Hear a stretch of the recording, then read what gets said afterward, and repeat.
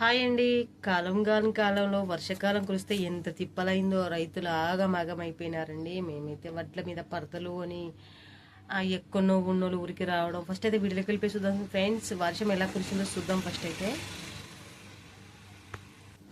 Hi అండి. ఇంత చలికాలంలో ఇంత పెద్ద వర్షాలు రావడం ఏమిటో, కాల పరిస్థితులు చేంజ్గా ఉన్నాయి, తేడాగా ఉన్నాయి. ఇంత చలి పెడుతుంది, ఇంత వర్షం కురుస్తుంది చూడండి. ఎంత లావు అంటే చాలా కురిసింది. నేనైతే స్టార్టింగే తీశాను.